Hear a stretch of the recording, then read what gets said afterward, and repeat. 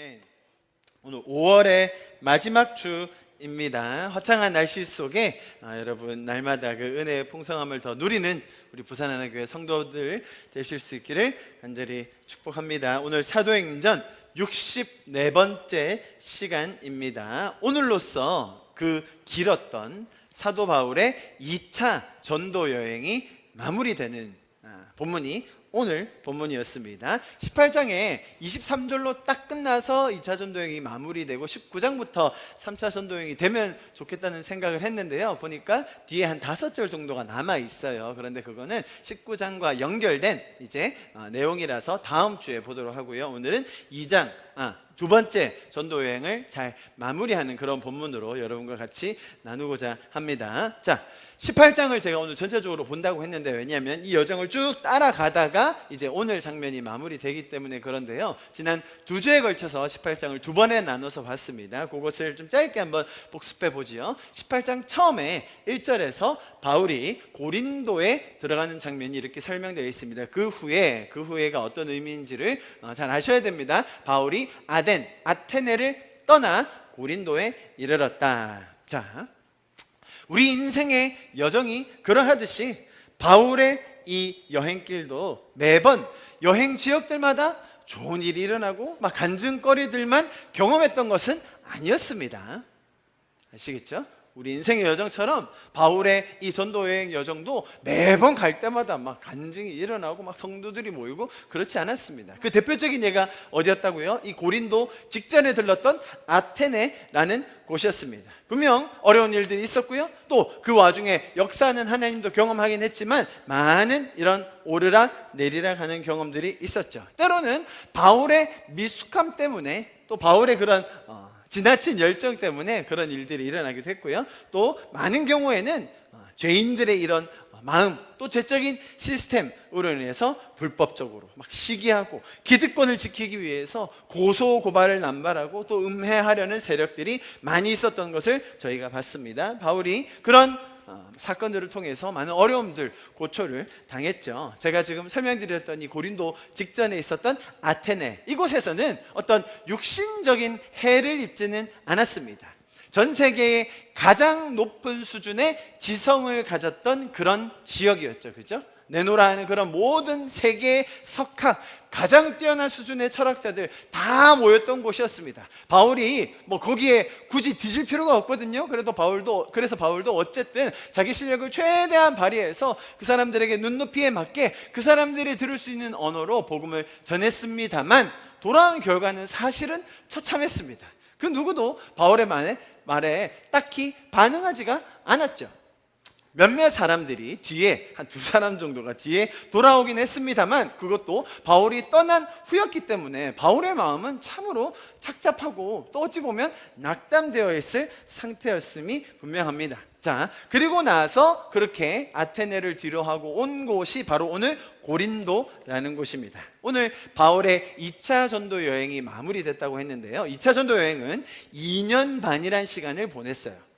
길을 떠나서, 안디옥에서 떠나서 쭉 돌아와서 다시 돌아오는 데까지, 오늘 이제 돌아오거든요, 안디옥으로. 2년 반이 걸렸는데요, 그 2년 반 시간 중에 1년 반, 엄청 큰 비중이죠. 1년 반을 고린도에서 머물게 됩니다. 바울의 이런 전도 여행, 여러 번에 있던 전도 여행과 여러 여행 지역 중 가장 오래 머물렀던 지역 중에 한 군데이죠. 에베소는 3년이나 있었고요. 자, 그렇게 많은 시간을 머물렀던 이 도시였는데, 처음에 바울이 당도했을 때, 이것에 도착했을 때 바울이 이렇게 오랜 시간을 머물 거라는 생각 전혀 못했을 겁니다. 왜죠? 여러분, 말씀드렸듯이 고린도 도시 그 한가운데 신전이 있었고, 그 신전에는 1000명이 넘는 성창이라고 합니다. 성창. 그 도시의 경제를 살리는 성매매를 통해서 그 도시에 오는 사람들마다 성매매를 마치 제사의 형태로 그 도시 한복판에서 행함으로써 그 도시 경제를 살리는 일을 했던 곳이 고린도예요. 가장 뛰어난 학문의 중심지가 만약 아테네였다면 상업의 중심지는 바로 이곳 고린도였습니다. 그런데 그 한가운데서 이런 부도덕한, 그 한가운데서 이런 엄청난 일을 하고 있으니 그 외에 다른 일들은 굳이 언급 안 해도 될 것입니다. 정말로 많은 우상과 많은 어려움들이 있던 곳, 바로 이곳 고린도였습니다. 자, 이렇게 영육이 지친 바울에게 또 새롭게 발을 들인 이 도시에서 주는 이 위압적인 분위기가 더해진 거예요. 바울의 마음이 어땠을지 상상이 가죠. 여러분, 그래서 고린도에 머물면서 1년 반을 지낸 지금 우리가 3주째 보고 있는 이 여정은 단순히 바울의 이 끈질기고 포기하지 않았던 투지와 노력, 그것으로 점철되는 것이 아니라는 것, 여러분, 우리가 먼저 기억해야 합니다. 그 바울의 노력 이전에 하나님이 어떻게 위로하셨고 공급하셨고 또 약속하셨는가, 그것이 두드러지는 여정이 바로 이 고린도 사도행전 18장이었다라는 것을 저희가 배울 수 있었습니다. 그 대표적인 예가 바로 다음에 이어지는 그 절이었죠. 아굴라라 하는 본도에서 난 유대인인 한 사람을 만나니, 글라디오가 모든 유대인을 명하여 로마에서 떠나라 한 고로 그가 그 아내 브리스길라와 함께 이달리아로부터 새로운지라 바울이 그들에게 가매, 보세요, 만나는 장면이 설명되어 있습니다. 생업이 같음으로 함께 살며 일어나니 그 생업은 천막을 만드는 것이었더라. 바울이 했던 일, 그죠? 복음을 전한 일 외에 또 주로 생계를 유지하기 위해서 전문성을 가지고 했던 일이 바로 이 천막을 깁는 일이라고 설명드렸습니다. 바울은 정말로 학문도 좋고요, 가문도 좋은데도 그럼에도 불구하고 이 유대인의 피가 어쩔 수 없다고 설명드렸죠. 어쨌든 아무리 서울대 철학과 나왔어도 뭐 가서 이렇게 철학을 논하고 그러지 못하면 돈 못 벌어요. 그러니까 어디 가서도 어디 시장 바닥에 던져놔도 돈 벌어먹고 살 수 있는 기술 하나 정도 가지고 있었거든요. 그 중에 하나가 바울이 가지고 있었던 기술이 바로 천막을 만드는 기술이었는데, 그것도 아주 희귀한 기술이라고 말씀드렸어요. 동네 저기 시장에서 미식 막는 일이 아니라고 설명드렸습니다. 굉장히 고급스러운 이동식 별장, 굉장히 고부가가치라고 했어요. 바울의 고향 지역에서 나는 그 염소 가죽을 원료로 만든다고 설명드렸습니다. 그래서 그것을 생업을 하고 있었는데 똑같은 업을 가진 사람, 심지어 원래 믿고 있던, 그죠? 그 지역에서 이미 성도가 된 그 부부를 만났으니 바울의 마음에 얼마나 위로가 됐는지 모릅니다. 자, 그래서 이런 바울과 이 부부의 만남, 이 과정을 통해 바울은 점점 힘을 얻어갑니다. 그리고 헤어졌던 자기의 원래 팀이었죠, 실라와 디모데도 그 아테네 지역까지 같이 하지 못했었거든요. 바울이 사실 아테네 지역에서 팀들만 있었어도 서로 격려하면서 위로만 했었어도 조금 덜했을 텐데, 아테네에서 그 어려운 상황에서 혼자 교회를 감당하다 보니 이 소진되는 것이 말로 못했을 겁니다. 그런데 그 떨어졌던 디모데와 신라가 이곳 고린도에서 또 합류하게 됩니다. 자, 그리고 가장 결정적으로는 바울의 이런 마음 상태를 아시는 하나님께서, 또 바울의 지금 이 곳에서의 사역을 인도하신 하나님께서 직접 나타나셔서 이렇게 말씀해 주십니다. 밤에 주께서 환상 가운데 바울에게 말씀하시되, 우리 그 뒤에 같이 한번 읽어볼까요? 10절까지만요. 시작. 두려워하지 말며 침묵하지 말고 말하라. 내가 너와 함께 있음에 어떤 사람도 너를 대적하여 해롭게 할 자가 없을 것이니 이는 성중에 내 백성이 많음이라 하시더라. 아멘. 바울이 너무나 강심장이고 정말로 산전수전 다 겪은 사람이었지만 지금 이 정도 상황에 왔을 때 두려운 마음, 또 해를 입을 것 같은 마음 있었다는 거죠. 그래서 바울에게 하나님께서 두려워하지 말라고 말씀하시고, 또 동시에 말하라. 제가 설명드렸죠. 너무 힘주지 말고 너무 애쓰지 말고 편안하게 네가 하던 것처럼 해라. 그래서 11절 뭐라고요? 1년 6개월을 이 자리에 머물게 된 계기가 바로 하나님께서 나타나셔서 이들이 어떤 상태인지, 또 이들이 내 백성이다라고 말씀해 주신 것을 통하여서 바울은 이 고린도의 여정을 시작하게 되었던 것입니다. 자, 지난주 내용 혹시 기억하십니까? 이게 2주 전 내용이었습니다. 지난주에는 갈리오라는 사람, 소스데네라는 사람, 또 이 사람들과 함께 바울이 엮였던 그 일들을 제가 설명드렸습니다. 아주 쉽지 않은, 제가 아마 설교했던 내용 중에 가장 어려웠던 내용 중에 하나가 아닌가 싶을 정도로 복잡하면서 또 우리의 삶에 깊은 메시지를 주는 그런 내용이었습니다. 혹 못 들은 분이 계시다면 꼭 다시 들어보시기를 추천드립니다. 하나님이 주신 은혜로 구원을 받아 성령님과 동행하는 이 신앙의 삶이 얼마나 관계 속에서 깊어질 수 있는지, 타인의 마음을 하나님과 같이 이해할 수 있는 그런 과정이 얼마나 세밀하게 말씀을 통해 우리에게 설명되어 있는지를 배우는 그런 시간이었죠. 나에게는 나에게 주어진 것이 혹은 행여나 하나님께서 주신 그런 특권처럼 기회처럼 찬스인 것처럼 되는 일이 분명히 있죠. 그런데 그런 일이 어떤 사람에게는 마치 날벼락 같은 일이 될 수도 있다. 그런 것을 저희가 둘러보았습니다.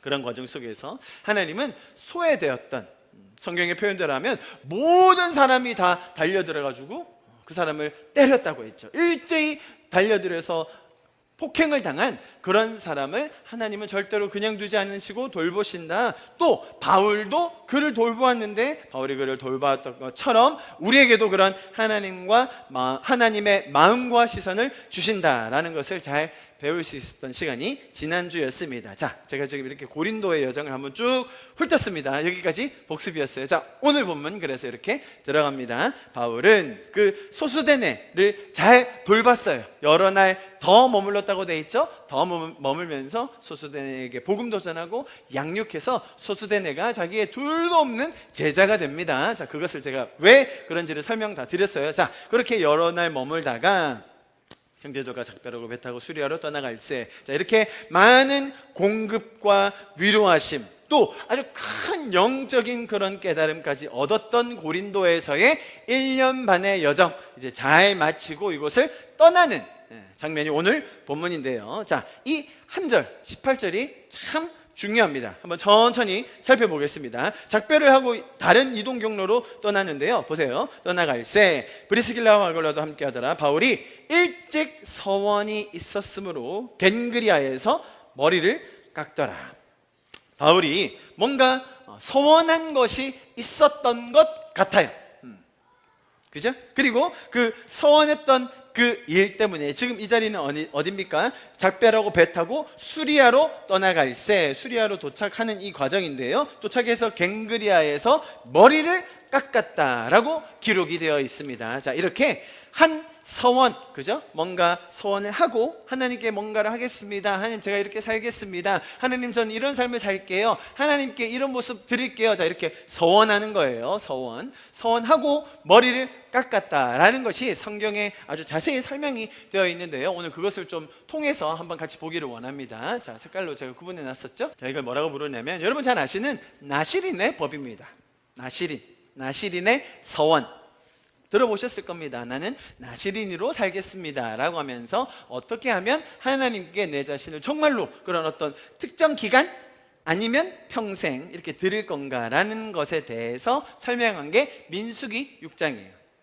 제가 장안 안 좋아하는데 민수기 6장입니다. 자, 나시린의 법을 설명하고 있는데요. 저를 한번 잘 따라와 주십시오. 자, 1절 여호와께서 모세에게 말씀하여 이르시되 이스라엘 자손에게 전하여 그들에게 이르라. 남자나 여자가 보세요. 특별한 서원, 곧 나시린의 서원을 하고, 자, 나시린의 서원을 하는 거예요. 나시린의 서원하고 자기 몸을 구별하여 여호와께 드리려고 하면 뭐라고요? 내 몸을, 내 자신을, 몸이라는 게 뭐 단순히 육체만 상징하는 것이 아니라 내 시간, 내 열정, 내가 가진 자원, 내 마음 등등을 내가 주님께 드리고 싶습니다. 이렇게 서원을 하고자 하여 자기 몸을 구별하여 여호와께 드리려고 하면, 자, 그러려면 어떻게 해라라는 게 설명되어 있어요. 보세요. 자, 이제 아시겠죠? 그러면 뭘 해야 되는지. 자, 3절 4절은 뭐겠습니까? 눈으로 보십시오. 포도주와 독주를 멀리해라.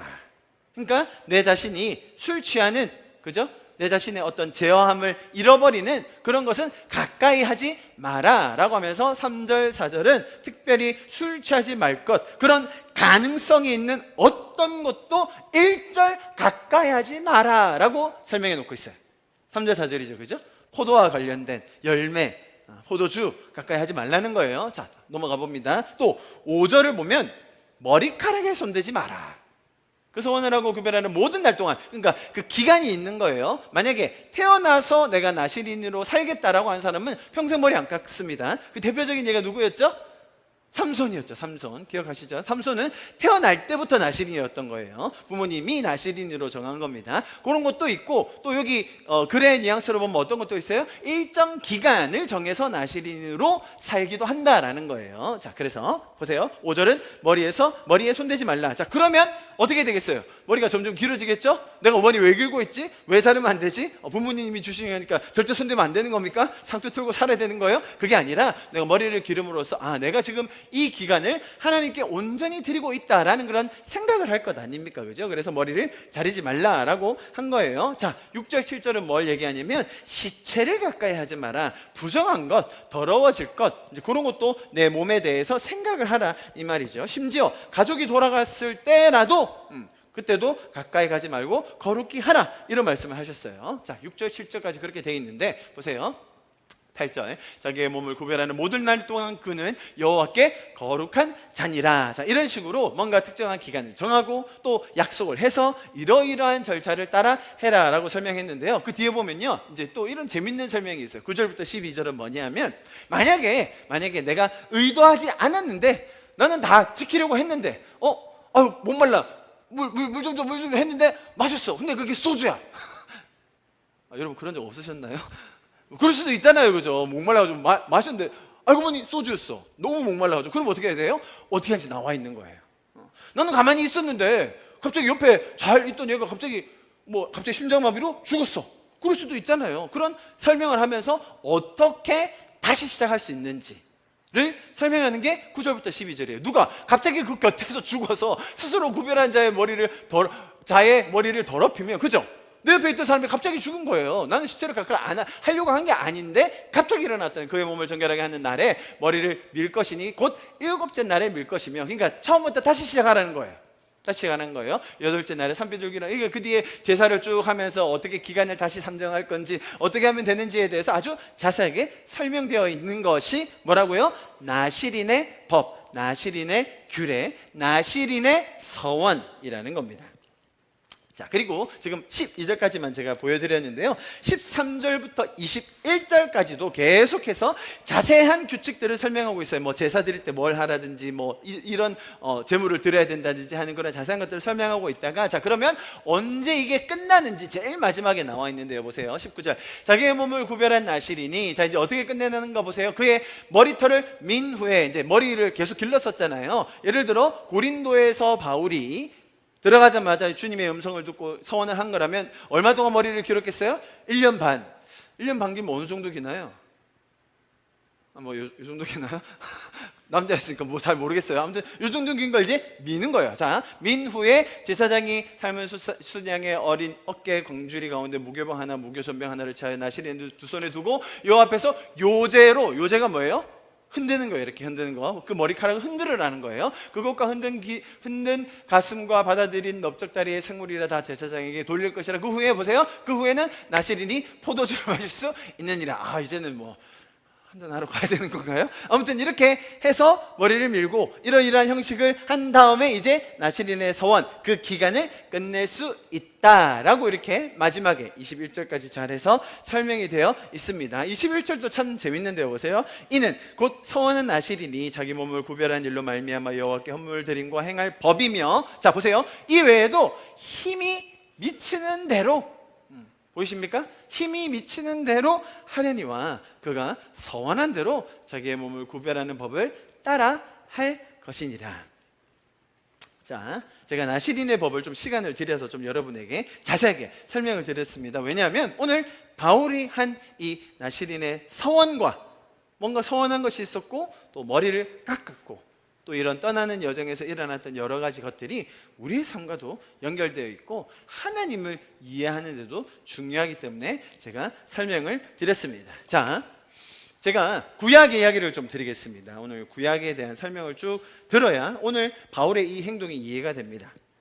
하나님은 자신을 떠난 죄인들을 구원하기 원하셨습니다. 그래서 우리가 잘 아는 이 신약에 예수 그리스도를 보내셨고 우리 죄를 사하셨고 구원하셨습니다. 자, 그렇다면 신약은 예수님이 오신 이후의 사건을 기록하는 거잖아요. 자, 예수님이 오셔서, 하나님의 아들이 오셔서 십자가를 지심으로 죄 없으신 그분이 우리를 대신하여 보혈을 주심으로 말미암아 죄를 사해 주셨고 우리를 구속해 주셔서 하나님을 알려 주심으로 우리를 구원해 주신 겁니다. 자, 그렇다면 신약은 그렇게 쭉 가는 거예요. 예수님을 기점으로. 그러면 구약의 스토리는 뭐냐는 거예요. 구약은 왜 이렇게 두껍고, 구약은 엄청나게 긴 역사 속에 너무나 많은 일들이 있었는데 이 구약이 나타내는 바가 뭐냐는 거죠. 오늘 이 서원과 나실인이 한 꼭지점이 있는데 제가 그걸 설명드리려고 하는 거예요. 자, 보세요. 구약은 무엇이냐면 아주 쉽게 말하면 인간으로 하여금, 자, 예수님이 오시기 전 이야기라고 했잖아요. 인간으로 하여금 핑계를 댄다든지 다른 이유를 댄다든지, 아니 하나님 우리가 스스로 할 수 있었는데 괜히 이렇게 빨리 오셨네, 우리도 할 수 있었다니까요. 우리 힘으로, 우리 능력으로, 우리 지혜로 할 수 있었는데 굳이 그렇게 하나님 아들을 보내셨어요? 라는 말 할 수 없도록, 할 필요가 없도록 너희가 다 해봐. 너희가 할 수 있는 게 뭐지? 너희가 스스로를 구원하기 위해서 죄 가운데 해방되어 하나님 없이 살 수 있는 방법이 뭐가 있지? 한번 해봐.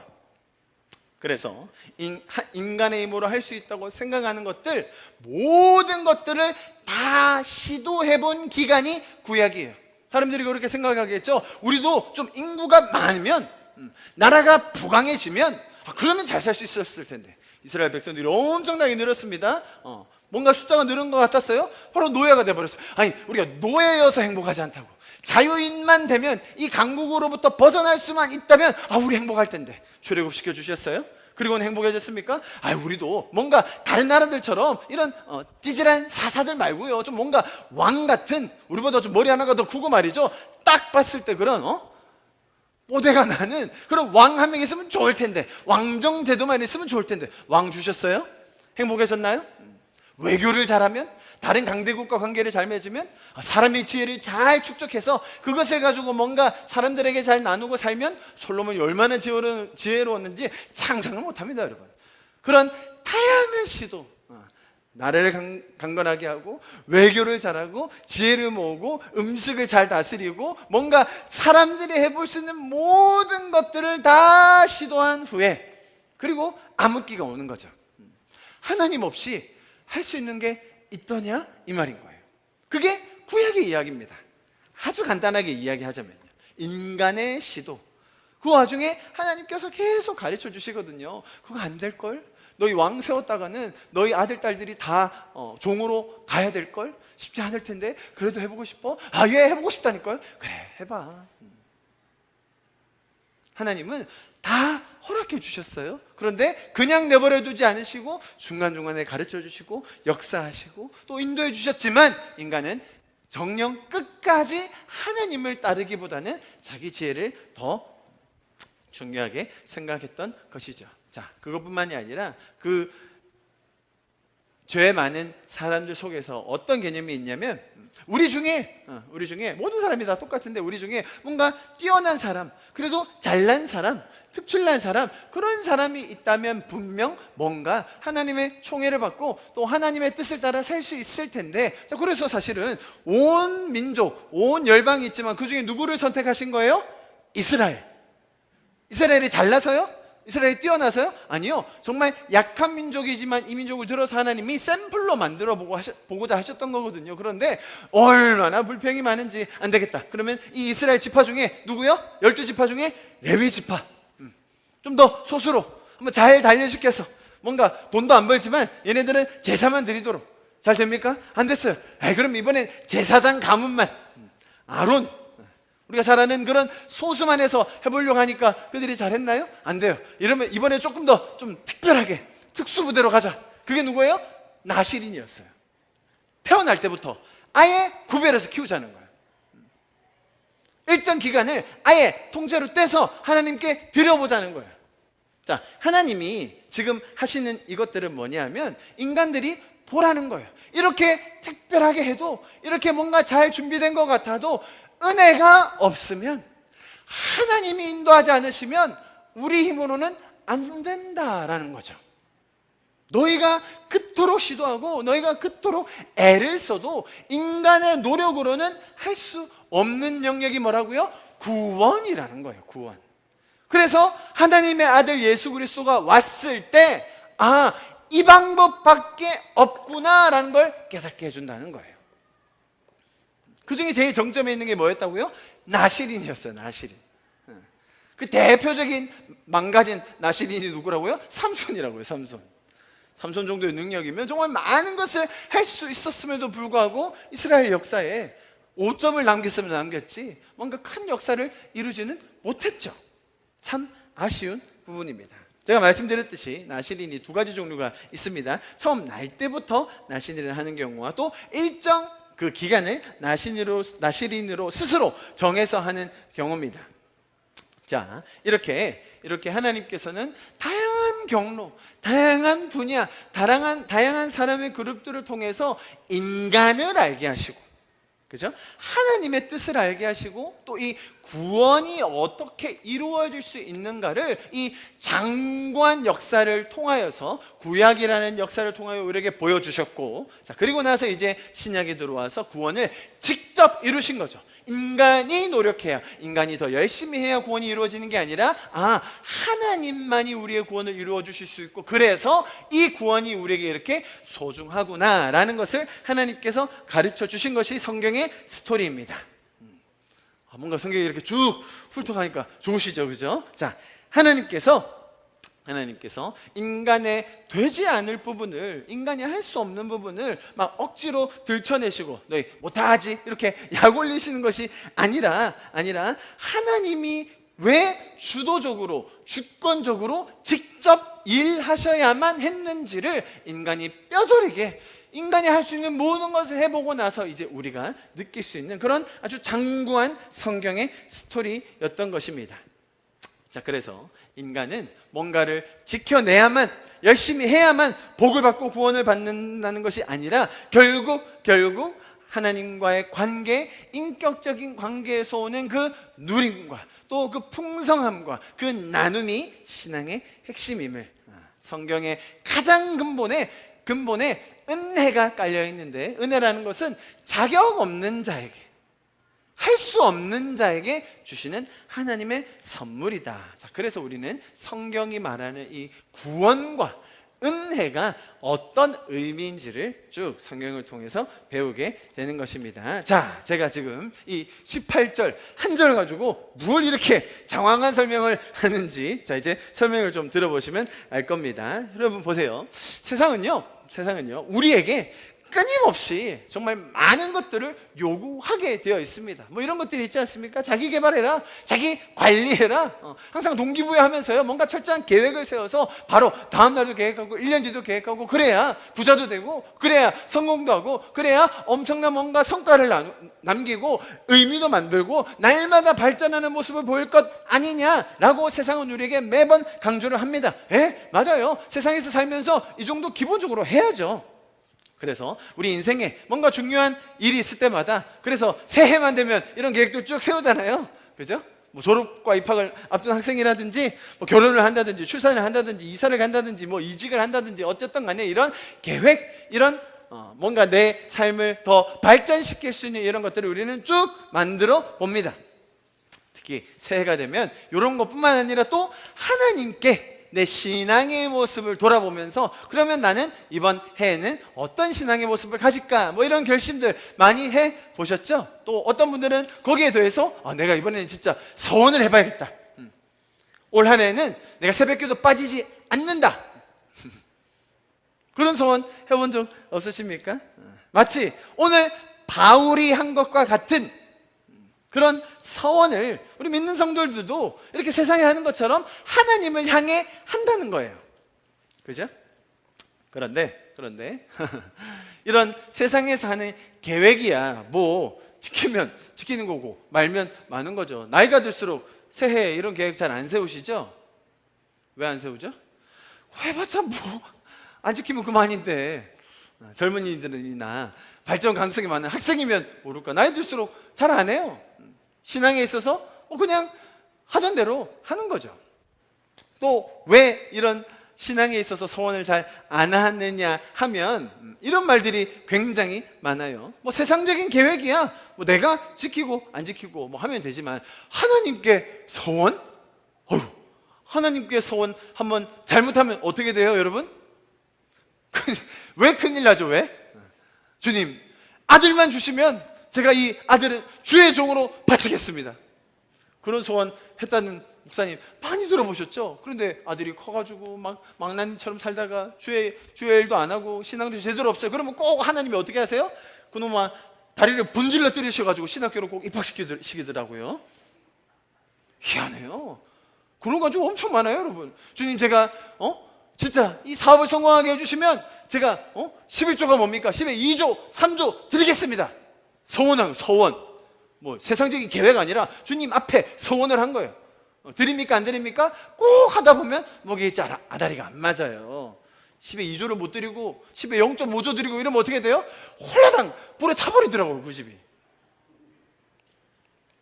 그래서 많은 신앙인들이, 또 많은 목회자들, 교회에서 이런 나누는 교제와 말씀 속에 서원 함부로 하는 거 아니야, 그거 잘못했다가 하나님이 끝까지 찾으신다.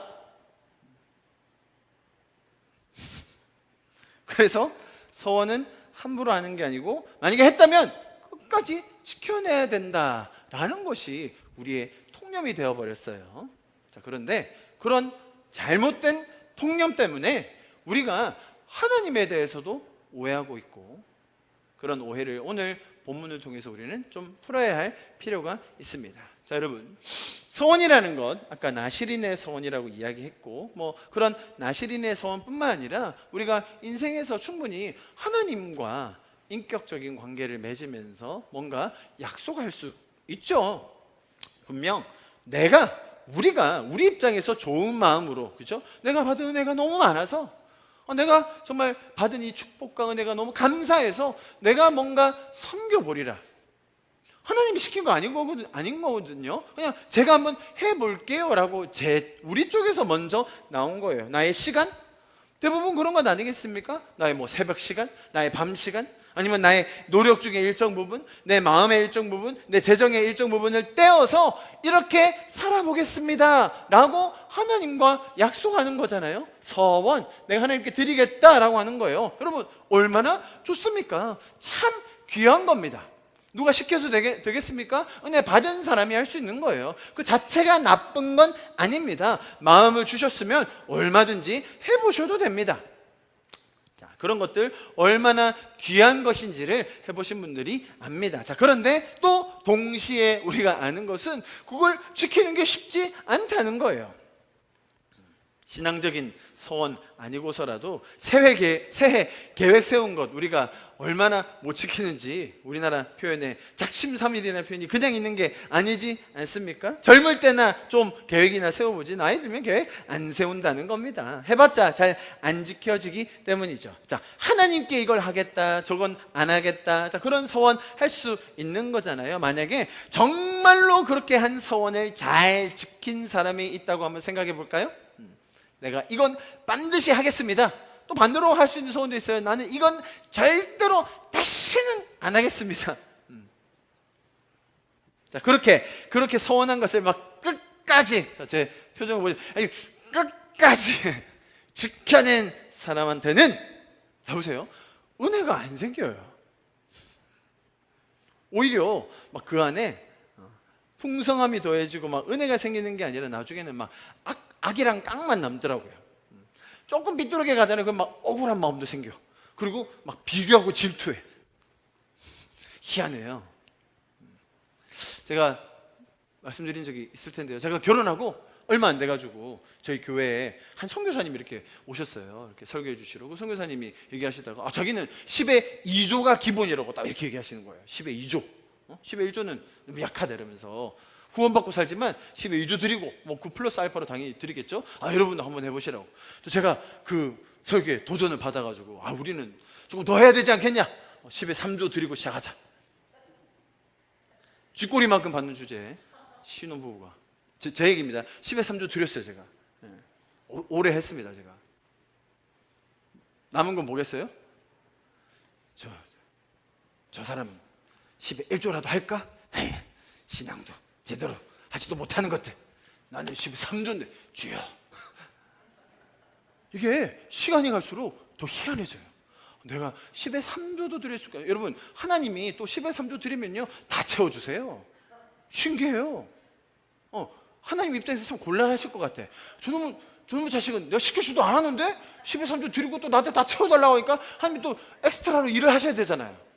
저는 은혜는 받지만 제 마음은 항상 악과 깡으로만 나와. 나는 10의 3조 드릴 거야, 그냥 끝까지. 나니까. 나 아니면 누가 하겠어. 선교사님 12조, 우리는 13조예요. 일부러 익명으로 이름은 나는 익명으로 할 거야. 오른손이 아니고 왼손이 모르게. 절대 내 이름 안 밝히고. 얼마나 사람이 교만하고 약삭 빠르고 이 질투심 가득한지 아시겠죠? 이런 게 서원의 함정이에요, 여러분. 자, 제가 왜 이런 말씀을 드리는지를 이제 오늘 본문을 이해하면서 제가 여러분에게 풀어드리려고 하는 겁니다. 서원이라는 것이 어떤 의미인지를 좀 큰 그림에서 우리가 같이 보아야 하는데요. 자, 그렇다면 제가 한번 질문을 드려봅니다. 바울이 서원을 했다가 서원을 마무리하면서 머리를 깎았습니다. 분명히 고린도 지역에서의 일일 겁니다. 바울은 어떤 서원을 했을까요? 자, 제가 오늘 설교 앞부분에 쭉 그래서 설명을 드린 겁니다. 제가 바울이 어떤 상황이었는지, 바울의 마음이 어땠는지, 주변 상황과 그 도시의 분위기가 어땠는지 쭉 보다가 하나님이 나타나셔서 말씀하셨고, 그리고 이제 1년 반을 쭉 있는 건데요. 바울은 무슨 서원을 했을까요? 엄밀히 말씀드리면 이건 알 수가 없어요. 제가 정말 다방면으로 조사를 해봤고요. 뭐 이렇게 또 신학자들이 막 이런 거 가지고 막 논문도 많이 쓰거든요. 그래서 다 찾아보고 또 없어가지고 또 스스로도 고민을 해봤는데 성경이 알려주지 않고 있기 때문에 일단 제가 말씀드립니다. 단정 지을 수는 없어요. 제가 지난주 같은 경우는 근거가 딱딱 있었기 때문에 딱 찔러서 얘기했는데 오늘 이 질문 바울은 무슨 서원을 했을까? 이건 알 수는 없어요. 그래서 제가 오늘은 추측을 해볼게요. 추측. 자, 뭐 추측은 해볼 수 있잖아요. 바울의 마음이 어땠을까? 왜냐면 우리가 바울의 정황과 마음을 충분히 알고 있거든요. 그래서 바울이 처음 왔을 때, 자 보세요. 바울이 처음에 고린도 왔을 때 엄청 낙담되어 있고 막 지쳐 있었어요. 막 그러면서 어떻겠어요? 여러분 지쳐 있고 이렇게 마음이 낙담됐으면 불평이 나왔을 거예요. 막 두려운 마음이 들었을 거예요. 아니 원망도 했을 겁니다. 이 전도회 이게 뭐냐고 도대체 하면서 막 얼마나 하나님께 원망을 하고 했는지. 자, 그때 하나님이 평생을 같이 할 동력자 붙여주셨죠. 또 자기 팀들 막 다시 불러주셨죠. 그리고 직접적으로 나타나셔가지고 막 말씀을 해주셨어요. 약속을 해주셨습니다. 그죠? 그거 아까 제가 말씀드렸던 9절 있지 않습니까? 그래가지고 하나님께서 나타나셔가지고 너에게 아무런 해가 없을 것이다. 두려워하지 말라. 이 도시에 내 백성이 많다라고 하면서 하나님이 격려를 해주셨습니다. 자, 그래서 바울은 아마도 제 생각에는 이런 소원을 하지 않았을까? 주님, 제가 고린도에서 머무는 동안 절대로 불평하지 않겠습니다. 하나님이 말씀하신 대로 두려워하지 않겠습니다. 제가 지금까지 정말 제가 제 성질대로 이게 참 사도라시고 전도행하고 있는데 가는 곳마다 제 성질, 제 성깔, 제 스타일대로 하다 보니 참 거스르는 게 많았는데요, 주님. 특히 이제 이 고린도에 있는 동안은 주님께서 이 백성이 많다고 하시니 제가 제 성질을 좀 줄이고 제 성깔 좀 낮추고 주님의 뜻을 따라 한번 사역해 보겠습니다. 뭐 그런 서원하지 않았을까요, 여러분? 뭐 바울이 시간을 더 떼서 뭐 주의를 하겠다 뭐 이런 소원은 필요가 없잖아요. 아예 지금 풀타임으로 사역하고 있는데, 그죠? 심지어 지금 브리스길라와 아굴라 만나가지고 막 재정의 후원도 받으면서 사역팀을 막 꾸려가면서 재밌게 사역하게 됐거든요. 그렇다면 바울이 서원할 것은 자기 자신에 대한 거겠죠. 말 좀 부드럽게 하겠습니다, 주님. 저도 옛날에 이런 소원 많이 했었는데 불평한 말 하지 않겠습니다, 주님. 하루에 5번 감사하겠습니다, 주님. 일부러 이렇게 웃어오겠습니다, 주님. 뭐 그런 소원 하지 않았을까요, 여러분? 자, 어떤 소원을 했던 간에 그것은 바울이 하나님을 향해서, 그죠? 바울 스스로가 안 해도 되는 거예요, 여러분. 이거 꼭 해야 되는 게 아닙니다. 바울 스스로가 하나님을 향해서 다짐하고 결단하고, 그죠? 특별한 약속을 한 것이 분명해요. 왜? 바울이 지금 은혜를 확 받았거든요. 지쳐있던 중에 하나님께서 세워주시고 동역자 만나게 해주셨거든요. 그래서 바울 스스로가 한 것임이 분명해요. 자, 보세요. 근데 아주 좀 헷갈리는 부분이 있는데, 제가 지금 구약을 쭉 훑어드리면서 이런 서원과 결국 정점에 있는 나실이니 사실 이것을 좋은 모범으로 이렇게 해야 복을 받는다든지 이렇게 해야 구원을 받는 모범이 아니라 사실은 반면교사였죠. 이렇게 해도 안 된다, 이렇게 이런 식으로 특별하게 서원하고 해놔도 결국 죄인은 죄인이다, 이거예요. 구약의 메시지가 그런 거라는 거예요. 아무리 특출하게 모으고 아주 그 사람들 훈련시키고 혹은 자기들이 할 수 있는 모든 걸 해봐도 죄인인 인간은 구원을 이룰 수 없다가 메시지였는데, 지금 바울은 비록 유대교에 아주 깊은 조예를 가지고 있고 최고의 전문가이긴 하지만 신약을 살고 있는, 심지어 사도로서 복음을 나누는 사람이잖아요. 그런데 왜 바울은 굳이 구약의 개념인 이 서원을 했을까라는 거예요. 그래서 많은 신학자들이 바울이 여기서 서원을 왜 했지? 라는 거에 대해서 굉장히 의아함을 가집니다. 자, 그러면 자, 우리가 모르는 부분은 좀 제외하고 우리가 알 수 있는 부분을 통해 얘기를 좀 풀어가야 하는데, 다시 한번 질문해 볼 수 있죠. 바울이 어떤 서원을 했습니다. 고린도에서 1년만 동안 잘 그 서원을 해서 살았을 거예요. 바울은 이 서원을 잘 지켰을까요?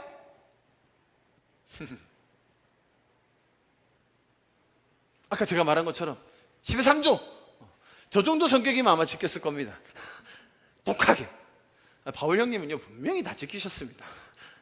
바울의 이 철두철미한 성격과 아주 흐트러지지 않는 이 자세, 아주 독한 마음, 바울이 보통 독한 사람이 아니지 않습니까? 우리가 지금까지 살펴본 바로는 바울은 분명히 자기가 서원한 거에 대해서 자기 몸을 찌르고 막 해할지언정 절대로 하지 않겠다고 아마 단단히 마음을 먹고 끝까지 지켜냈을 것 같습니다. 자, 이거는 우리가 확실하게 알 수는 없기 때문에 단정 지을 수는 없죠. 다 지켰건 못 지켰건 간에 오늘의 핵심은 그것은 아닙니다. 오히려 우리는 그런 바울의 하나님을 향한 열정, 또 그 과정에서 바울의 마음을 귀하게 보시는 하나님께서 응답을 어떻게 하시는지를 보아야 합니다. 자, 제가 18절 이 한 절이 중요하다고 말씀드렸는데요. 자, 보시면 중간에 굉장히 우리가 그냥 넘어갈 수 있는 부분이 숨겨져 있어요. 바로 이 장면입니다. 바울은 여러 날 머물다가 이제 형제들하고 작별했습니다. 그리고 배를 타고 수리아로 떠나가려고 했습니다. 그때 누구와 누구가 함께 갑니까? 브리스길라와 아굴라도 함께 하더라. 바울은 분명 자신의 노력, 자신의 헌신을 하나님께 서원했을 것입니다. 예, 좋은 겁니다. 여러분, 서원 자체가 그렇다고 해서 완전 깡그리 없애야 된다, 그게 아니라 분명히 하나님과 인격적인 관계에서 하는 거거든요. 사실은 신명기에서 그렇게 얘기했잖아요. 만약에 그 실수하면 어떻게 하라고요? 실패하면 어떻게 하라고요? 다시 해도 돼. 그거 성공하는 게 이슈가 아니라는 거예요. 오히려 하나님께 좋은 마음으로 우리가 서로 사랑하는 관계에서 약속도 할 수 있고요, 뭔가 서로에게 자기 마음을 표현할 수 있잖아요. 그것이 서원의 형태로 드러나기도 하죠. 나 널 위해서 다시는 담배 안 필게. 그 말에 속으시면 안 되죠. 내가 저 하늘에 별을 따줄게. 말이라도 하는 것 아닙니까? 그런 인격적인 사랑하는 관계에서 충분히 나올 수 있어요. 그런데 이것을 이루어내냐 실패하느냐가 관건이 아니라는 것 우리가 신명기에서도 봤고 전체 그림에서 우리가 보았다는 겁니다. 자, 바울은 그런 좋은 마음으로 했어요. 서원했어요. 인격적인 하나님께서는 그 서원의 실패와 성공에 상관없이 우리의 마음을 귀하게 보세요. 자, 그 응답이 사실은 브리스길라와 아굴라예요. 여러분, 제가 사실은 처음에 이 사람들은 바울과 잠깐 고린도에서 머물 사이가 아닌 평생을 같이 할 사이다라고 이미 소개를 드렸습니다.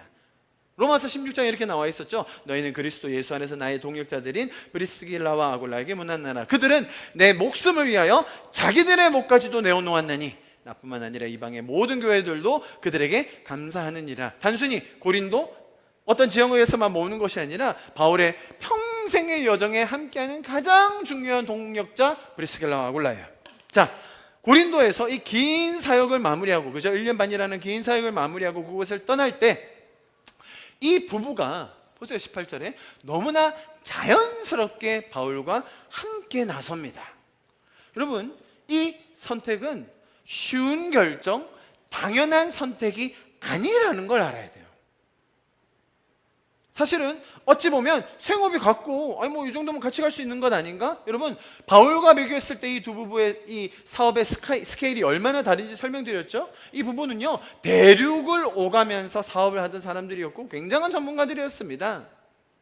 그리고 사실은 바울이 복음을 전해서 믿게 한 사람도 아니었다는 거예요. 이미 성도가 된 자들이었어요. 이미 예수님을 믿고 있던 자들이었어요. 그런데 이렇게 우연히 하나님의 인도하심을 따라 고린도에서 만나 서로 교제하며 풍성함을 누리던 사이였다는 거예요. 자, 그런데 그런 사람들을 바울이 당신들 날 따라갑시다, 그거 쉽지 않아요, 여러분. 아니요, 바울 입장에서는 그렇게 함부로 말할 수가 없어요. 그 누구라도 절 따라 가십시다 라고 말하는 건 쉽지 않습니다. 그런데 오늘 말씀을 보면 이 두 부부가 스스로 바울을 따르기로 선택했고 이 여정에 합류하게 되는 장면, 무슨 말이냐면 바울이 고린도에 있는 동안에는 브리스길라 아굴라가 있어서 정말로 풍성하게 사역했거든요. 정말로 많은 교제를 누렸거든요. 그런데 오늘 장면이 사실은 이제 바울과 평생을 함께할, 내가 어디를 가도 같이 따라올 수 있는, 이거 보통 일이 아니에요. 고대 사회에 한 곳에 정착하여 살지 않고 옮겨 다닌다? 정말 쉽지 않은 일이거든요. 지금도 시골에서 사시는 분들이 마을을 옮겨 다니는 건 어려워요, 여러분. 우리도 마찬가지 아닙니까? 도시를 옮겨서 갑자기 산다? 쉬운 일이 아니에요. 뭘 믿고요? 뭐가 있다고요? 그런데 브리스길라 아굴라가 이 순간이 바울과 평생 가는 사이, 평생 어디를 가든 함께할 동력자가 된 것이 바로 오늘 장면이라는 겁니다. 자, 이런 두 부부의 모습을 보면서 스스로 선택하는 이 모습을 보며 바울이 얼마나 감사했을까요? 자, 바울은 스스로의 노력 또 자기의 의지, 헌신의 마음으로 서원을 했습니다. 우리 주님이 그것 굉장히 귀하게 보십니다. 그런데 바울의 힘으로는, 바울의 소원만으로는 할 수 없는 너무나도 귀한 이 사람, 이 동력자, 평생의 동력자를 하나님은 붙여주시는 겁니다. 그 순간 바울은 깨닫는 게 있는 것이죠. 내 소원 여기서 그쳐도 되겠다. 그리고 바울은 그곳에서 자신의 소원을 이제 마무리하고 그 다음 여정으로 향하게 되는 것입니다. 그래서 바울은 머리를 깎고 이제 다음 여정으로 옮겨가게 됩니다. 다음 장면들은 좀 간단히 보고 오늘 마무리하도록 하겠는데요. 19절 보십시오. 에베소에 와서 그들을 거기 머물게 하고 자기는 회당에 들어가 유대인들과 변론하니, 바울은 가는 지역마다 유대교 회당에 들어가서 그 사람들을 만나고 강론하고 변론하는 일을 했죠. 그런데 아주 독특한 장면이 나옵니다. 20절 보세요. 여러 사람이 더 오래 있기를 청하되, 바울이 굉장히 신기했을 거예요. 유대 회당에 들어가서 복음 전하면 막 항상 싸우고 변론하고 막 고소하고 그러기가 일쑤였는데, 사람들이 듣더니 좀 더 있어주면 안 됩니까? 우리 좀 같이 더 이야기해보면 안 됩니까? 막 반응을 보여요. 호의적으로 나옵니다. 그런데 또 더 대박인 게 나와요. 허락까지. 바울이 이상해요. 바울이 이 정도 됐으면, 이 정도 반응이면요, 지금 에베소 지역에는, 여러분 고린도 생각해 보십시오. 다른 지역들 생각해 보십시오. 막 귀신을 쫓아내도 오만 갖가지 기적을 다 베풀어도 막 쫓겨나게 일쑤였는데, 지금 에베소 지역 딱 가자마자 뭔가 입질이 딱 왔어요. 이런 곳에서 어떻게 해야 됩니까? 빨리 넓은 터를 정해서 지금 대형 교회 이룰 수 있는 찬스 아닙니까? 바울이 아니라는 거예요. 바울의 이 전반적인 사역과 또 전도 여행의 기조, 이 바울 마음에 아주 큰 변화가 생긴 이 증거예요. 보십시오.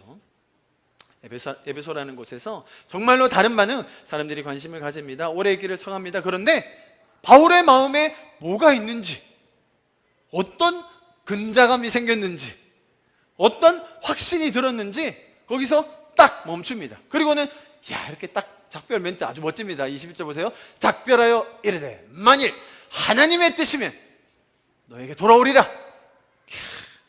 원문에 보면 나 돌아온다, 걱정 마라, 그렇게 하고 떠나요. 아니, 지금까지 사도 바울의 전도의 여정을 안다면 사실 이 정도 반응이 나왔으면 참 오래 있을 법한데, 더 이상 사역을 펼치지 않고 확신을 가진 채로 다음에 오겠다는 그 약속을 주면서 그 자리를 깔끔하게 정리하고 나갑니다. 여러분, 바울의 마음에요, 드디어 여유가 생겼어요.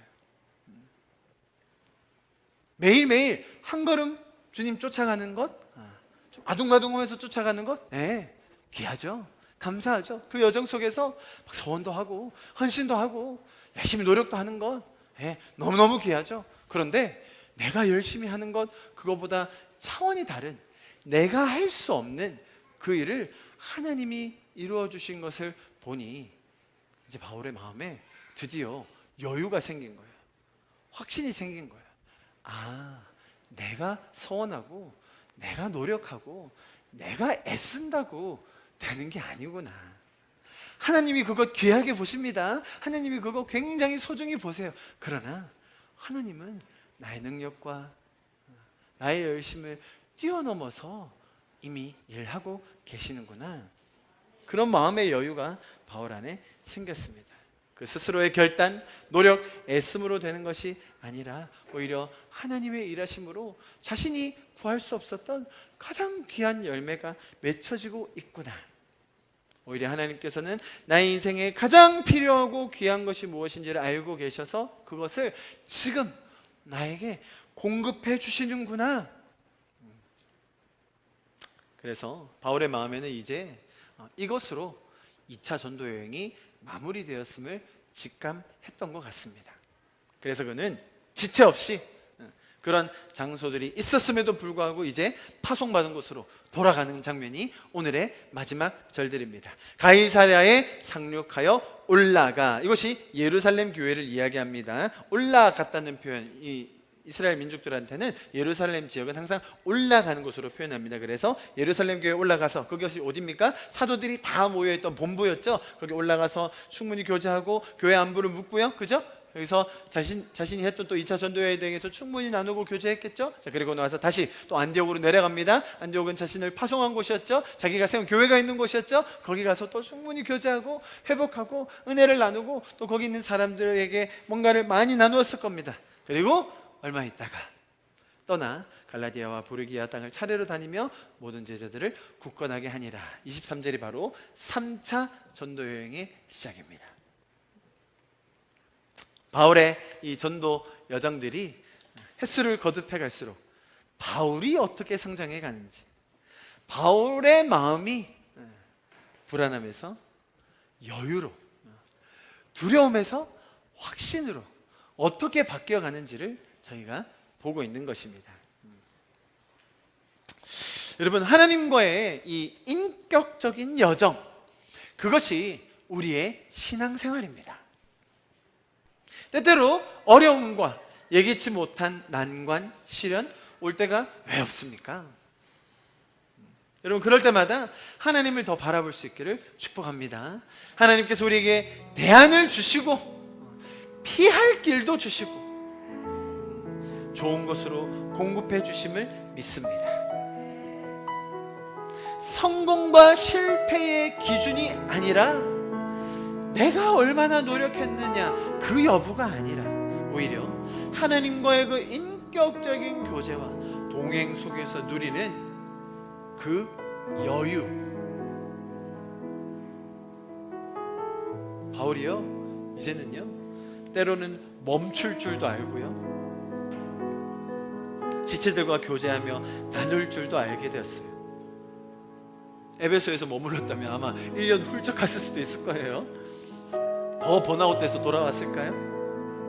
바울의 마음에 지금은 멈춰야 될 때구나 알았던 것이죠.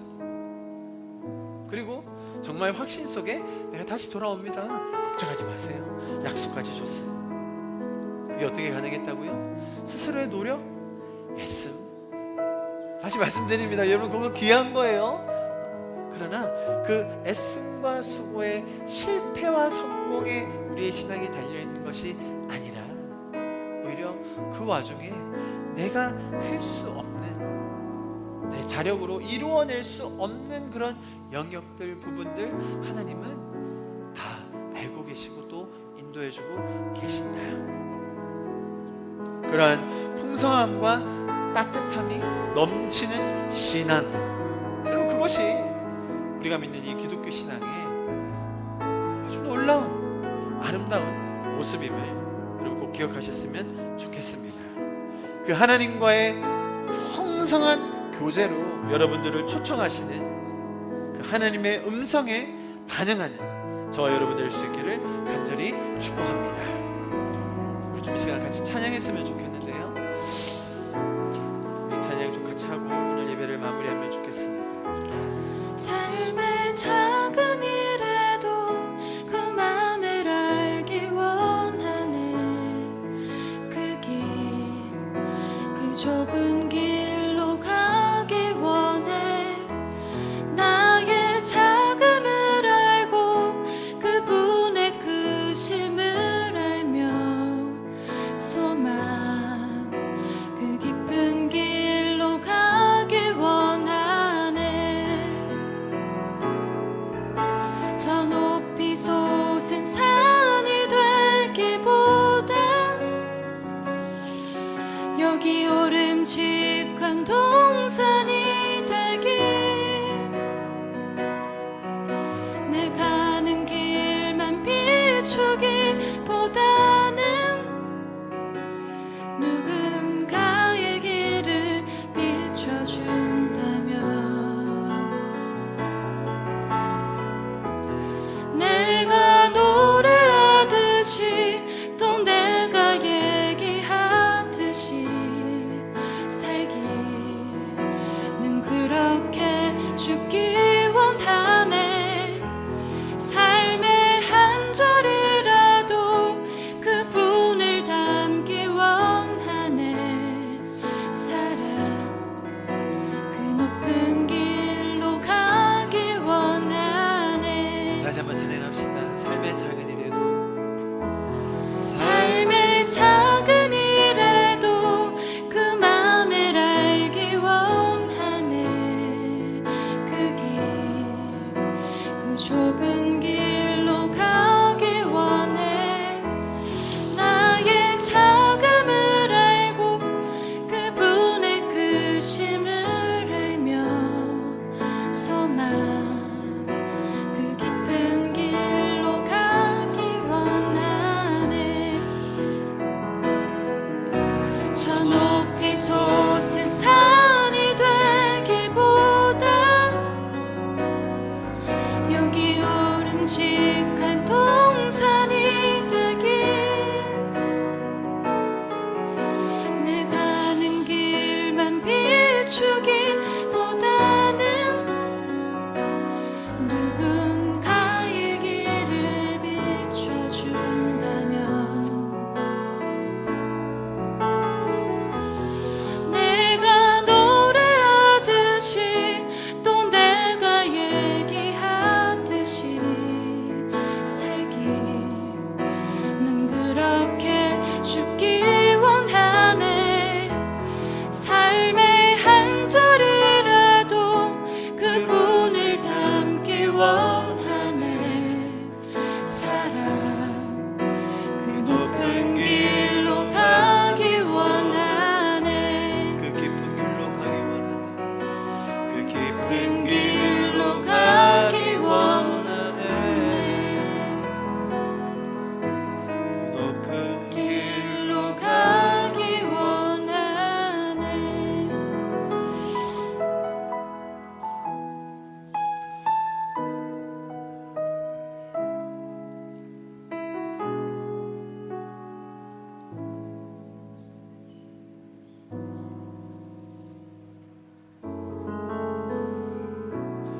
바울의 2차 전도 여행의 이 마무리하는 이 장면을 통하여서 주님, 참 바울의 그 수고와 또 열심, 애씀, 그러나 또 그 서원의 실패와 성공이 아니라 내가 할 수 없는 그 이룰 수 없는 영역까지도 하나님은 일하고 계시며 하나님이 우리에게 선한 것으로 공급하시고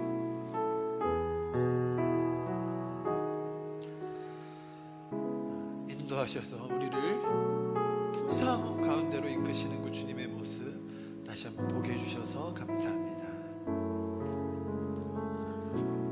예, 주님, 바울이 이 신앙의 여정을 더해감에 따라 그의 마음에 생기는 그 여유, 그 확신,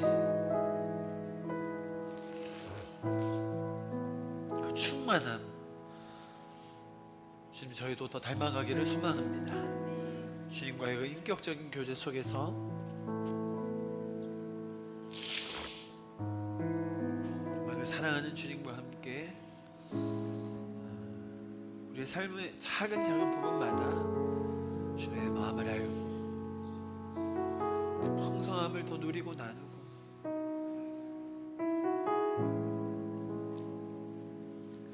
그 사랑의 깊고 높은 길로 우리를 초대해 주셔서 감사합니다. 주님과 동행함 속에서 신앙의 정말 놀라운 그 아름다움을 우리 인생에 더 향유하게 해주시고 더 나누게 해주시고 우리를 더 깊은 하나님과의 관계 속에 머무는 우리 부산 하나님의 교회 성도분들 한 분 한 분이 되게 하여 주시옵소서. 지금은 우리 주 예수 그리스도의 그 무한하신 은혜와 하나님 아버지의 이끄시고 공급하시고 일하시며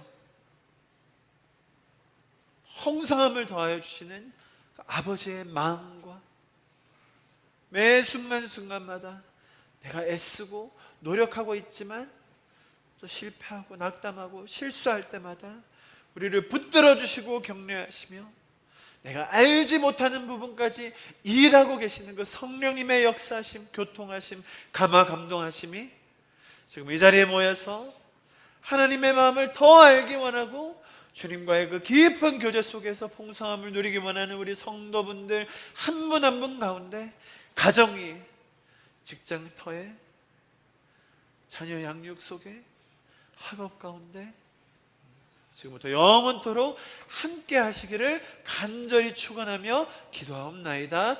아멘.